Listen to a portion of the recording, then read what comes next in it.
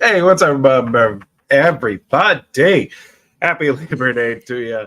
Thought we would just hop on here a little bit. Been a little while, been a few days at least since I put anything out. So thought I would hop on today on Labor Day and just check in with folks. See, because we are finally officially now in week 1 of the season. Yes, next Sunday, 3:25 Central, Packers going against the Bears, which means we are officially in this 2023 regular season.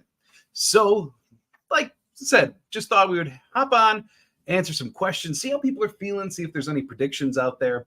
The rest of this week, I'm going to be putting out stuff probably almost every day because before the season starts, I want to get out there what are still some lingering concerns I have about this roster, what are definitely reasons for optimism with this roster. And I know that's where we're all feeling much more of right now.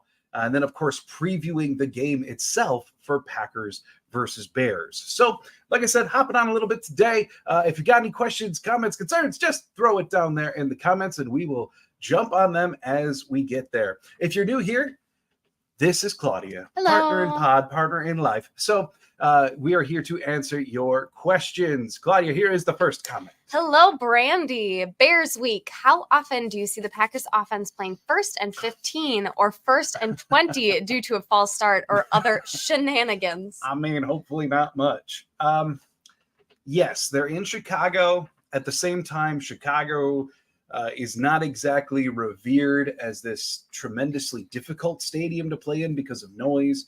Given the fact that the offensive line is so experienced together as a unit, I don't see a lot of false starts necessarily creeping in, although it was a bit of an issue in the preseason, specifically with Josh Myers as kind of part of his maladies during the preseason. I still, though, think that they're in an environment that they're used to that's not particularly menacing, so I don't think we can look forward to a lot of false starts. In terms of maybe finding themselves occasionally in a 2nd and 12 because the first down play doesn't work, that we may see a couple times. I mean, it's been a trend with Jordan Love, no doubt about it, all throughout camp, the first training camp practice, the first preseason game, basically all of the firsts for Jordan Love. He's needed a drive or two to really just kind of settle in, to get a feel. And I would expect that to be the case in the first regular season game with him as the bona fide QB1. I think that that's going to be a common theme this year. A lot of first quarters with some up and down play before he really settles in and the offense really starts to gain traction. So, next on. What game do you have circled this year? Well, let me pull out my handy dandy schedule, Brandy. I got you. All right. So, just quick rundown if you need it. Chicago, Atlanta, New Orleans, Detroit, Las Vegas, Denver, Minnesota, Rams, Pittsburgh, Chargers, Detroit, Kansas City, New York Giants, Tampa, Carolina, Minnesota, Chicago. That's the entire 17-game rundown for the Packers. The two that I'm most interested in, these are the ones that I've given a lot of thought to in trying to guess wins, losses. The two that I really have gone back and forth with would be the two games against the Detroit Lions.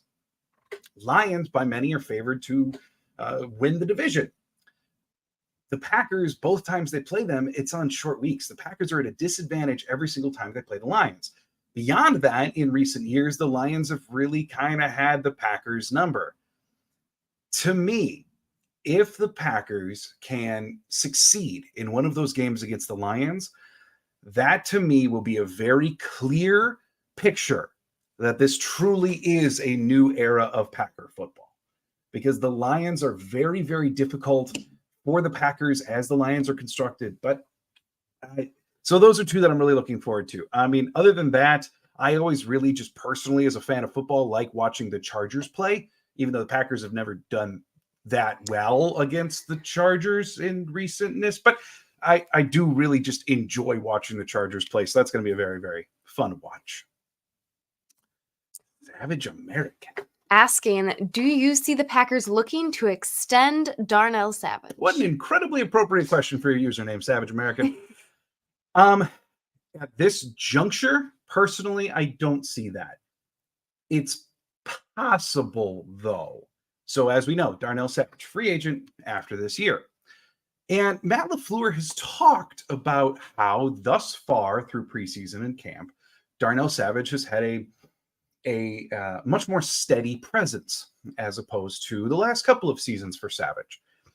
And that's really the key for him. He has the athleticism, he has the tools, but refining his role, maybe even I've seen some things about how the Packers have attempted to simplify it, may help him. If he can become productive in that, given the uncertainty of the safety position in its whole, because keep in mind, I mean, Moore, Owens, all those guys are on 1-year deals. So if Savage can prove to be this stable presence at safety and a guy that they want to count on for years, then yeah, maybe at the midpoint of the season, we see the Packers and Savage talk. But I think that they have to see that from him first before really getting intense with negotiations. Make sense? New question. And besides quarterback, any position groups you will be keeping a special eye on in week 1? It's a really good question. The one that I guess just like comes to mind, top of my head, is the defensive line. One, Kenny Clark said that there's going to be this whole new approach to stopping the run, and the Bears are one of the best tests to need to stop the run for this Packers D all year, so we get to see it right away. And Kenny Clark said that there's a new plan, but of course this week he couldn't exactly give away details. I'm going to be keeping an eye on what is that new plan that Kenny Clark was talking about. And even beyond that, what's the rotation? Even with it being week 1, how involved is Wooden? How involved is Brooks? How many snaps are they getting? And how heavily are these rookies being utilized from the get-go? I'm going to be keeping a very close eye on the D-line, because if they can contain Chicago's run game, and more specifically Justin Fields, that to me is a very, very positive precursor for the rest of the season for the defensive line and the run defense in general. So that certainly is one of the big things that I'm looking for. Other position groups that I'm looking for in week 1, wide receiver, I'm just kind of curious to see like who's going to play when. Now that they have like a bona fide slot specialist in Jaden Reed, is Watson still going to be taking a large collection of snaps in the slot? Because that was kind of an underrated part of his game last year. You know, LaFleur doesn't utilize just a slot guy. He'll put guys like Watson there. He'll put Dobbs in the slot. Is he still going to do that with a bona fide slot receiver like Jaden Reed? And what exactly does that rotation look like for the wide receiver room? Brandy saying, Barry is still Barry. Bend but don't break. I get it. But the defense should not be a Gumby episode. Yeah, that would be ideal, right? Just this morning, Wendell Ferreira, writer out of Brazil who covers the Packers, actually, most frequently for Zone Coverage, that website, he put out an article basically detailing like there's other defensive coordinators who run Joe Barry's scheme who have had more success than Joe Barry. So what's the difference? Why does the same scheme not yield the same results? And it came down to basically a couple key differences, and one of them being, how does Joe Barry utilize his guys? Does he actually use the scheme to his guys' strengths, or does he ignore one party or the other? And the quick answer is like, yeah, Joe Barry hasn't done a great job of that, and other defensive coordinators have done a better job, which is why they've been more successful than Joe Barry. So, yes, I think bend but don't break is very much the overall philosophy. It's part of the Fangio system. It's just part of what they do. But I think with Kenny Clark talking about the new way that they're attacking the run, I think with even some of the secondary players throughout the course of preseason talking about the things that they're doing differently, maybe, just maybe, we see some more aggressive play. Not this radical reinvention of scheme. Like, don't get me wrong, but maybe we at least see aggression. That would be a neat change. If you were the Bears, how are you frustrating the Packers offense? That's a great question. That is, Brandy. Well, keeping in mind the Bears' defensive strengths, which isn't many, I think the number one thing that the Bears have to do is really just get after Jordan Love, right? Regardless of the Packers' talent at various positions, Jordan Love is making his first season opening start. Obviously, he played in the Chiefs game and we saw how that went, but like this is his first like game as QB1 for the franchise. So I would do everything I can to get after him. Now the Packers then in turn should respond with utilizing one of their strengths in the run game or the quick pass play. But if I'm the Bears, I'm going to use a lot of, first of all, stunts, because there are some offensive linemen in the Packers whose greatest weakness still is defending stunts.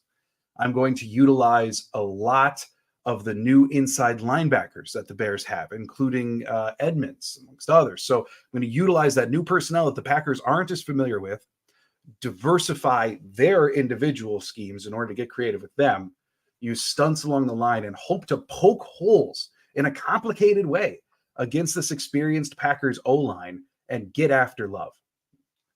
That's probably the biggest recipe to success that I see the Bears having.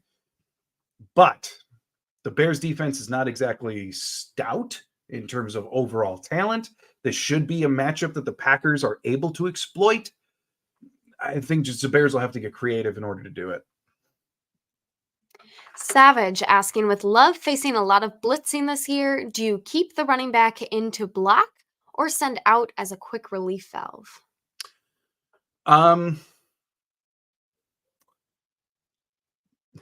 It's going to seem like a cop-out, but both. No, the truth is, schematically speaking, if I'm Matt LaFleur and I'm looking over my roster this year, one of the things that I'm aiming to do, and we did see a bit of this in camp, was roll out basically unexpected personnel packages. Okay. Have Dillon and Jones on the field together. Have Musgrave and DeGuara on the field together. And then like have this weird combination of guys in the huddle, right? So that the opposing defensive coordinator has to sit back and go, what are they doing? Like, do I send out dime or do I send out 46? Like, what do I do defensively? We saw it even in camp where there was one play where A.J. Dillon lined up like out wide and then they ran a pass play, which that's not A.J. Dillon's game, right? We saw the end around to Luke Musgrave, the tight end.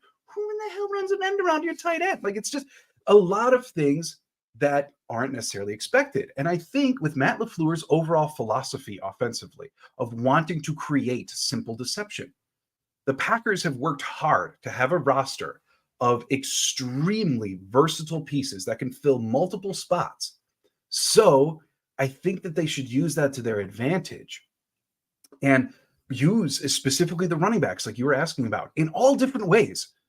Have them block, have them split out. I mean, especially Jones, he can handle being a bona fide wide receiver on some plays. So you get creative and don't use the names in ways that you're expecting them to be used. And I think that that should be a theme all year long as the Packers continue to find this new offensive identity.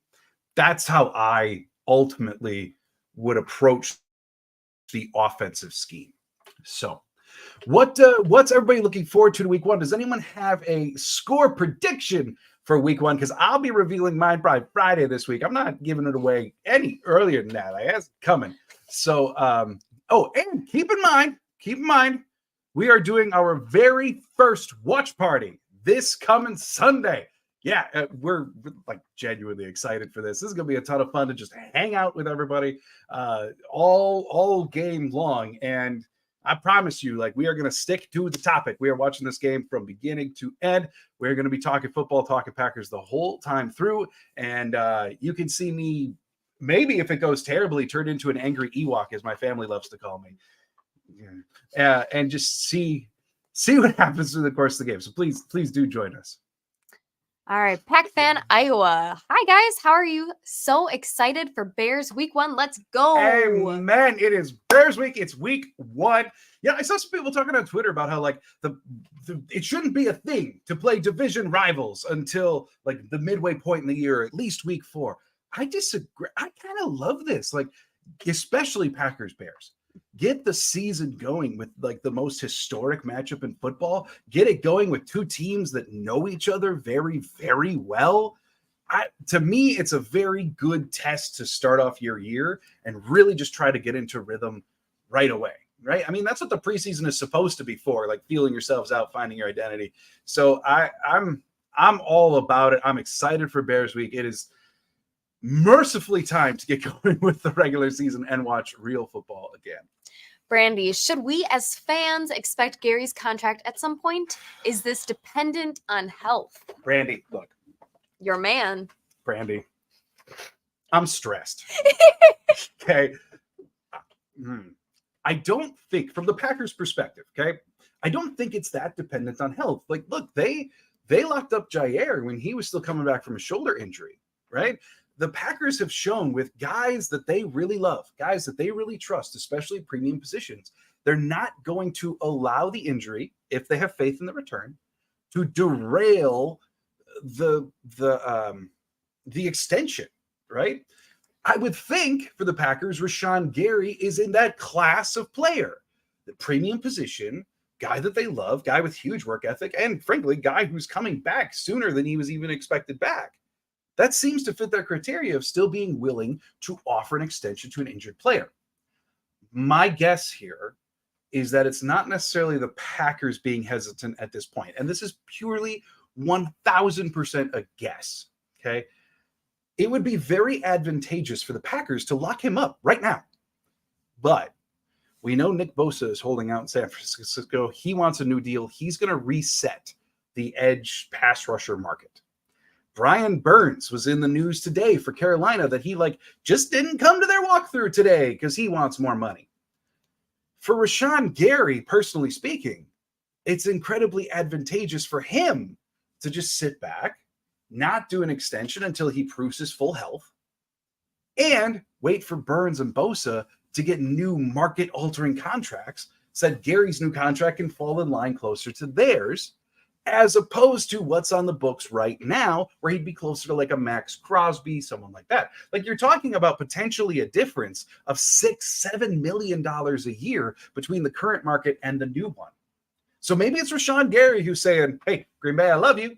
I want to be here, but it's in my personal best interest to get back to health and to see where the market is set moving forward before I commit. That's just my guess. I think that's why we haven't seen it done yet. Hopefully this is one that actually does get locked up during the season, even after it's Bosa and Burns. I do not want to get into next offseason and be questioning, is Rashan Gary potentially going to hit the market or be allowed to be flirted with by all the thirsty teams? So that's where I'm at. Savage predicting 27-35 Bears. Unfortunately, it will be in Atlanta for week 2. Oh, that's cool. I mean, that's cool. Always curious to know how that stadium is. I've always heard great things about that stadium, and I know the food's really cheap. But yeah, have a great time in Atlanta. But you're thinking Bears week 1, huh? I, sir, disagree. I do think the Packers are able to pull out week 1, but it may be closer than a lot of Packer people would like to acknowledge. That's my feel. The Kevils, how you doing today, buddy? Low. Score prediction 28-24. Packers make a stand at the end. That's right. Just like Brandy was saying, bend but don't break. That's the defense. I like the stand at the end.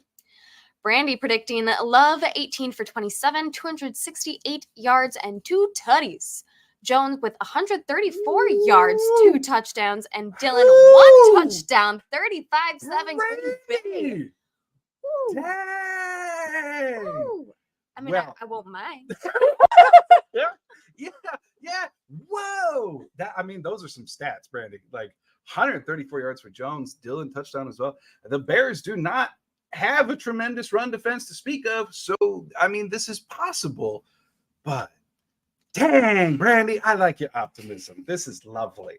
Maybe for my personal prediction, that's a touch heavy on the Green Bay side, but if it goes that way, I'll be singing your praises all game long next week, Brandy. John Mark Liddell still predicting 12-5 this season. No NFC North splits. Go Pack, go! Nice, go Pack, go, John. 12-5 this season. It's within the realm of possibility, right? It is. We have to acknowledge that. Is it likely they go that good? Probably not. I do think that this team is certainly a playoff contender. I think that it's still like it's more likely than not that we do see success from this team this year. Well, I'm maybe pushing it for my personal preferences, but hey, if it breaks that way, I'm all in.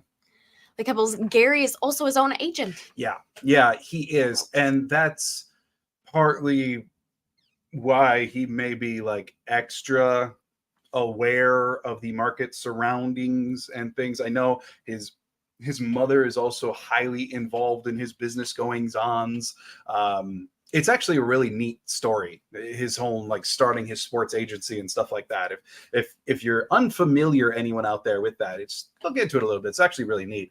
But yeah, that could be playing a part in this too, is Gary's very aware of his worth, very aware of knowing what he wants without a middleman going, hey, no, this is realistic. Let's do this now. It's possible Gary knows exactly what he wants and he'll wait for it. So Pro HD, our front seven will feast on that Bears O-line. It better, right? Like that's this revamped defensive line. Kenny Clark saying, we're more aggressive than ever. They better feast on the Bears O-line. The Bears O-line does have like some strengths in it. I haven't seen yet. Maybe somebody out there has. Haven't seen anyone's updating the status of Tevin Jenkins, one of the components of the Bears offensive line. So if anyone knows about that, I haven't seen it yet. But if he's out, it just got easier for the Packers front seven, even with Gary on a pitch count. So they absolutely should cruise through that Bears O-line. Savage saying, I hope I am wrong about week one. Me too. Yeah. Sorry, Savage.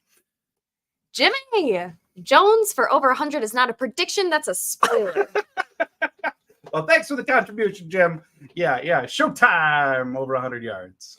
Brandy, come on. Sammy Watkins, of all people, carved the Bears up for almost 100 yards. Yes, that one glorious week of Sammy Watkins, right? Yeah. I love the optimism, Brandy. I'm all for it. PacFan Iowa, I'm not sure who is going to cover the speed we have at wideout. Frankly, the Bears don't have anyone that can in terms of just a raw foot race. I saw a breakdown. I forget who it was on Twitter earlier, but someone was breaking down the outright 40 times of the Bears secondary versus the 40 times of the Packers wide receivers. And we know that this is an area that the Packers over the last couple of years have made a concerted effort to really invest hard in getting faster at the skill positions, and wide receiver this year should begin to bear the fruit of that. The Bears have not put the same emphasis in their secondary. They're just not as fast in terms of raw sprint speed. So the Bears realistically should be utilizing, I would think, more zone. They don't want to get into any man aggressive style against these Packer wide receivers and then just be blown right by, especially with Matt Eberflus utilizing some of his old schemes from Indianapolis. Should be a zone heavy approach by the Bears, similar to how the Packers defense almost runs, in that we are just going to make sure we're not beat by the big play. So makes sense to me. Like Kebble's Bears media is talking as if Jenkins Bears is not expected to play. Cool. Thank you. I appreciate that. Helps the Packers front seven, right? Will saying it was a pleasure meeting you at spring training and chatting with you before the players came. Hey, Will, thanks for jumping in, man. Then I see you hopped right out. But Will was the guest services employee for the Green Bay Packers, who was basically in charge of the section that I sat in or stood in every single day at training camp. Awesome to get to know you, Will. Thanks for coming and checking out the channel. Matt, we had a lot of fun this year, didn't we? Looking forward to next year. Brandy saying bunch formation with Musgrave, Watson, and Reed. Good luck, Bears. See, and that's part of what I was talking about earlier, right? Like, march out these combinations. You hear Musgrave, Watson, Reed, you think logically everyone should have their defined role, right? Like Musgrave doing something up the seam, Reed in the slot, Watson basically running a go on the outside. Makes logical sense. But take those same three guys, put them in bunch, and use them in completely different ways than you're expecting. They have the versatility to do so. And that's what's different about this team. And that's what Matt LaFleur wanted all along. So I think that that's part of what I'm alluding to, like, all year long. If you don't have a clear idea of what someone's going to do on the offensive side of the ball, good luck defending it or even knowing what type of defense to employ. The Packers have worked hard to get that advantage. We should see it this year. Should. Savage American. So if Barry fails again, which is sadly too likely, do we finally get Vic? I don't know how to say that. Fangio as defensive coordinator. No. Sorry to burst your bubble, Savage. Now, if Joe Barry completely falls on his face and the defense is just horrendous and it's time to go, right? I don't doubt that this year Joe Barry would be let go. I do have a couple like caveats on that. One is keep in mind the players do love him. Like Rasul Douglas apparently calls him Joey Badass, which is just kind of neat. But like the players do seem to have a real affinity for Joe Barry. Like it, hate it, indifferent, whatever. It just does seem to be a reality. Nonetheless, though, I do think that Matt LaFleur was close to making the move this offseason, but the Packers were undergoing such a time of turnover, such a time of new era. Let's at least keep things predominantly consistent in the coaching area, right? If that happens again where they fail, then I think we do see a move. And it may be someone in the Fangio school. I don't think it'll be Vic Fangio. I know he's currently employed anyway. I know Matt LaFleur, to some extent, is probably kicking himself for not hiring Evero a couple of years ago. Maybe they go try to get Jim Leonard again since he didn't get the Wisconsin Badger head coaching job. We know that they tried for that once. So ultimately, yeah, long story short, if the defense fails, I would anticipate Joe Barry being gone and then moving on, but not to Vic Fangio. Brandy saying, you hear Rasul's take on the Bears rivalry? Epic. I did see that going around this morning. For those who didn't see it, basically Rasul said like, hey, my NFL career, I've never lost to the Bears. That's not a rivalry. Like the Packers always seem to do really well against the Bears. That's not a rivalry. A rivalry is like actually trading wins and losses, right? Any time they play in a team that you just win every time, that's not a rivalry. Like that's basically what he said when he was asked about being a part of the historic Packers-Bears rivalry, and Rasul's like, what rivalry? They suck.